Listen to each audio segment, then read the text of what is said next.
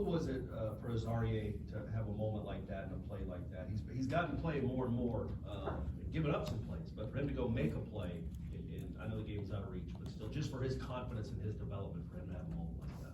Yeah, it was good for him. It was good for us.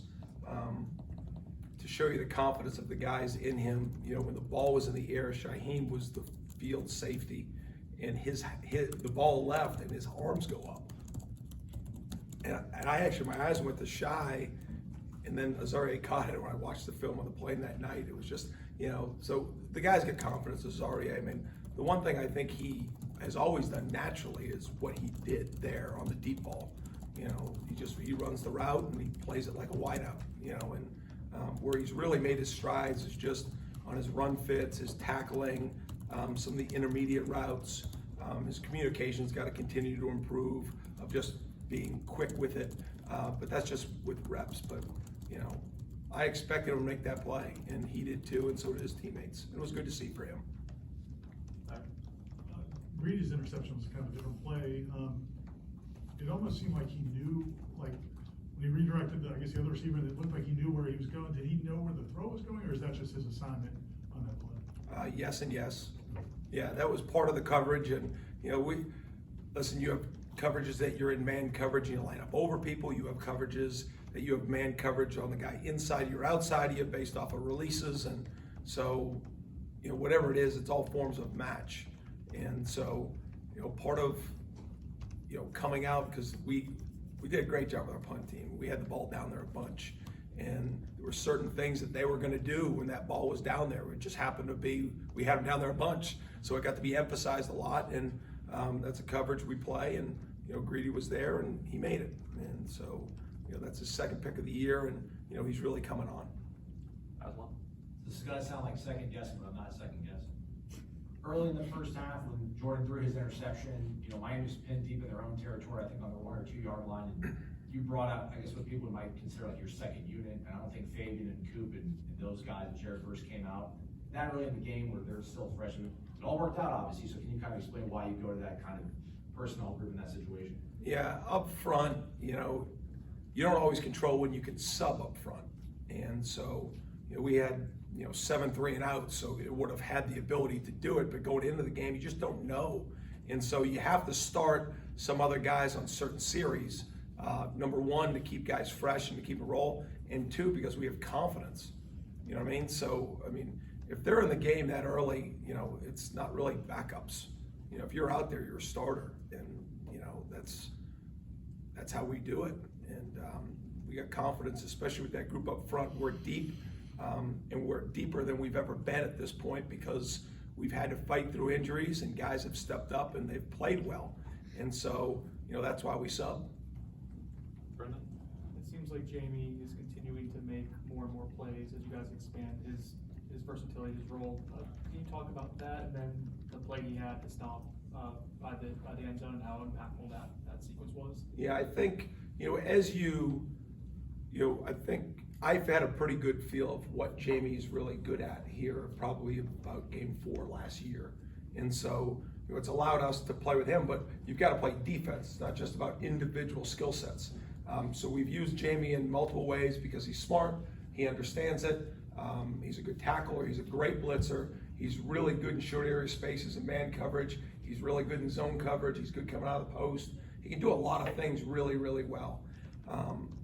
And as the season's gone on and our guys have become a little bit more identifiable around him, just the ability to identify him as a blitzer too, you know, really helps us. And, you know, so, you know, he's come on in the numbers, but like I told him at the beginning of the year when the ball wasn't finding him very much, like just play within the system, you know, play as hard as you can, make the right decisions, and the plays will show up because he's gonna be able to feel a lot.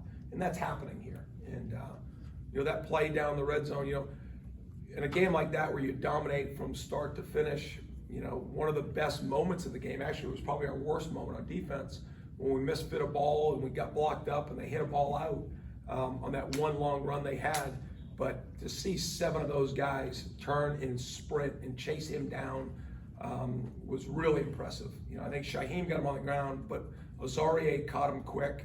To watch Jamie as the backside blitzer and chase the ball. You know, with his burst, DJ Lundy was in that grouping. I mean, Greedy was in that grouping. It was just an impressive play. And then to put our heels on the goal line and then fight our way back and force them to make errors. You know, that's what playing defense is about sometimes. You know, sometimes it's about 3 and outs, about takeaways, yes. But sometimes you got to give yourself a place to stand on a big play and stand up and send them backwards. And, you know, Jamie had a critical play on that second down, on that blitz. And, you know, he did exactly what we coached him to do, and he did it in his way.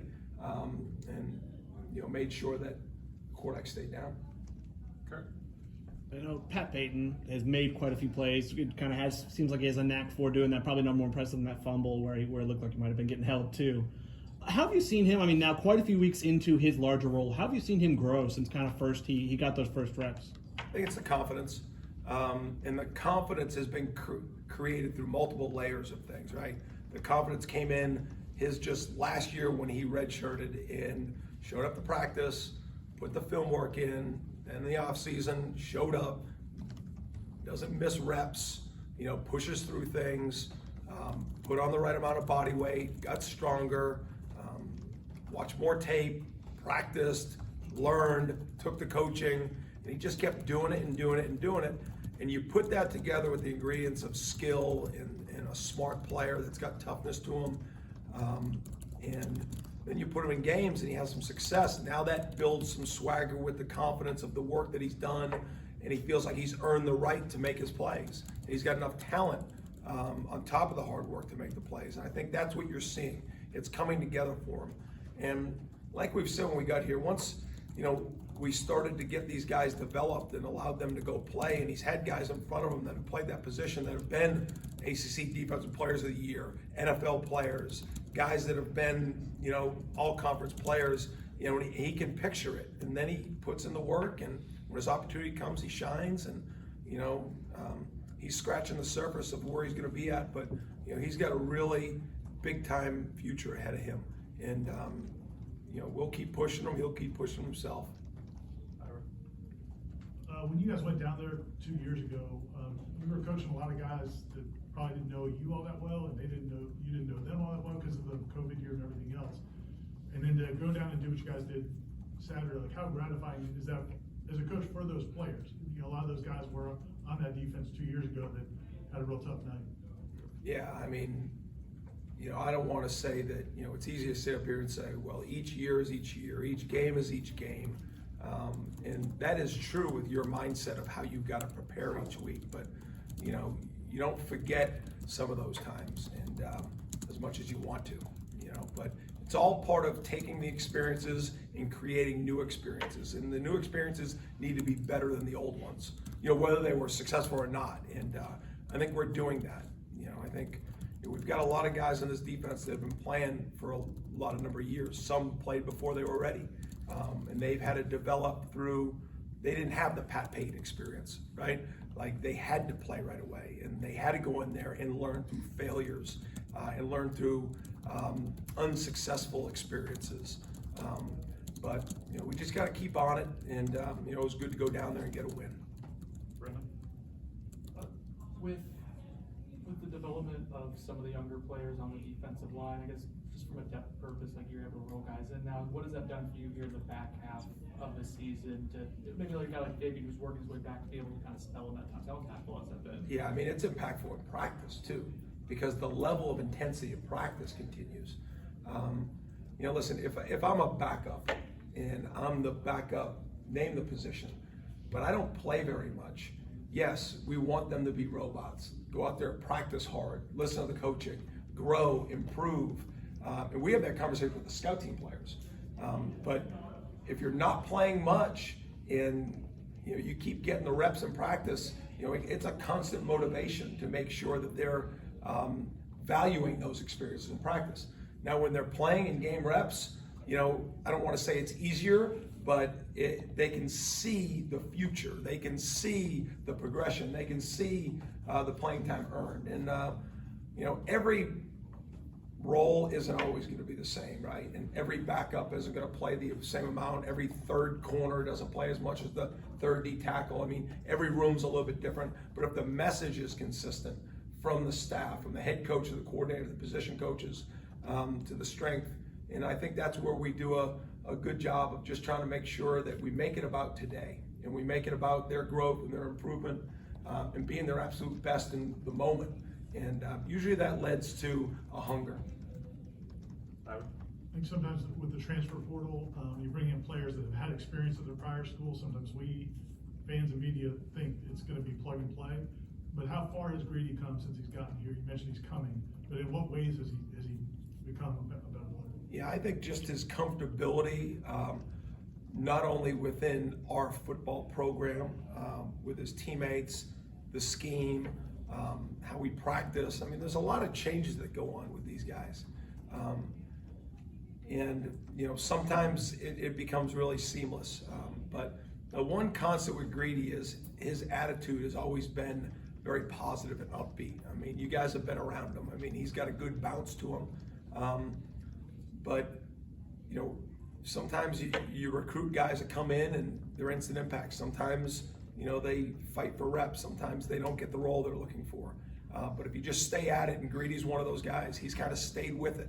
You know, he came in here, he was starting for an ACC school, came in here and he's played good football. But, you know, I think any of these kids want to play more. I mean, they wouldn't be the right type of kids if they didn't want to.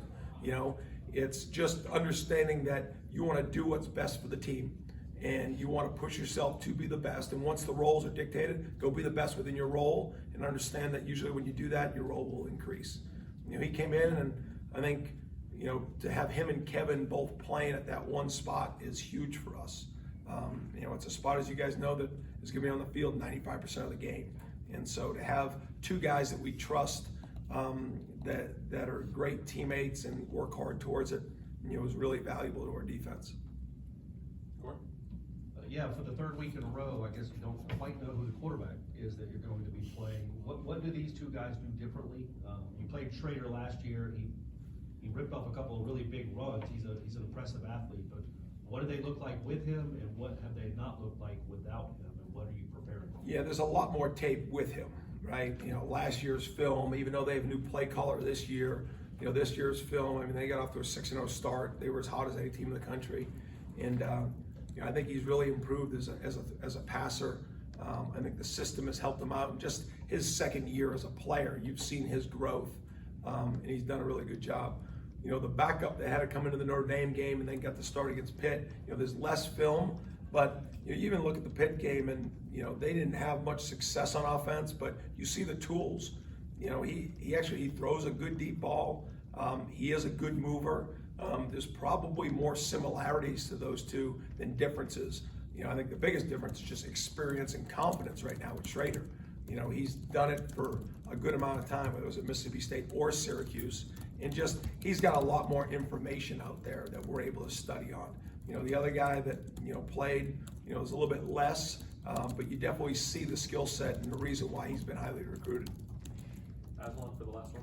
Earlier this morning, I think Sam announced on social media he was thinking about possibly transferring and then later removed it. When we asked Mike about it, he kind of just talked about the broad challenge of being a coach in this day and age with the transfer portal and just kind of sticking with kids. Not to go into specifics, but can you kind of maybe characterize the conversations you have with Sam or a freshman of his sort of stature and how that works out itself out hopefully? Yeah, I mean, I agree. There are some challenges in college coaching nowadays with this. There's probably more challenges being a freshman college player. I mean, there's so much information. When you're a high school player, of the magnitude of the guys we recruit, I mean, you send one post and you'll get more attention than some of us have received in a lifetime. And that becomes contagious, right? And, you know, it doesn't mean it's all bad. It just, you know, these guys, when they come here, they want to be superstars, and we want them to be. And sometimes it's hard to do that right away, and you never want to lower their expectations. You just want to help paint the picture of, okay, this is how we're going to get there. And some roads aren't all the same. You know, I mean, just look at us, you know, from last year at DB. You know, Kevin Knowles comes in, he basically plays from that Notre Dame game on and averages 60 snaps. Duke Cooper doesn't play at all. You know, battles injuries, comes back, then becomes a really, really good player. Shaheem Brown, who could end up being one of the better ones, barely played last year. and now he's got a significant role and he's blocking kicks to win games. And so those are three guys recruited at the same time that have all very different roads in a short way. And so, all I would say is, it's not, these guys have a great situation, right? They're at a great university.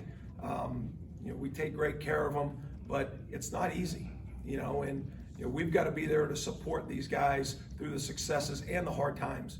And even when it's going really well, know that there are difficult situations these guys have to deal with. Sometimes personally, sometimes from the outside, and we just got to be there. As a coach, you always want to help them get to the places they want to go to and they can't get to by themselves. And that's our job. And we'll be there for all of our guys through successes and through the hard ones. And so, there's a lot to unpack with these kids going through the recruiting process, playing at major universities, and there's a lot of good endings to these stories, but the stories have a lot of pages, and we got to help paint the picture of what these things need to look like. Okay, thanks, guys. Thanks, guys. Thank you. See y'all.